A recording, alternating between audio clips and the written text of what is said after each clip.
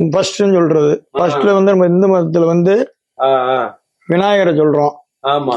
அந்தம்னா கடைசி. ஆஞ்சநேயரோட நம்மளுடைய இந்து மதத்துல வேற எந்த தெய்வங்களும் கிடையாது. எல்லாமே இந்த தெய்வத்துக்குள்ள அடக்கம்.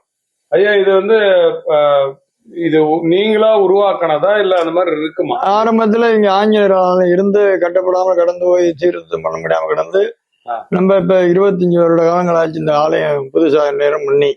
இப்ப இது ஆமா, இது விதிமுறைக்கு மாறானதா இல்ல கரெக்டானதா? இது ஆகம விதிப்படி, ஆகம விதிப்படி அப்படின்னு சொல்லணும்.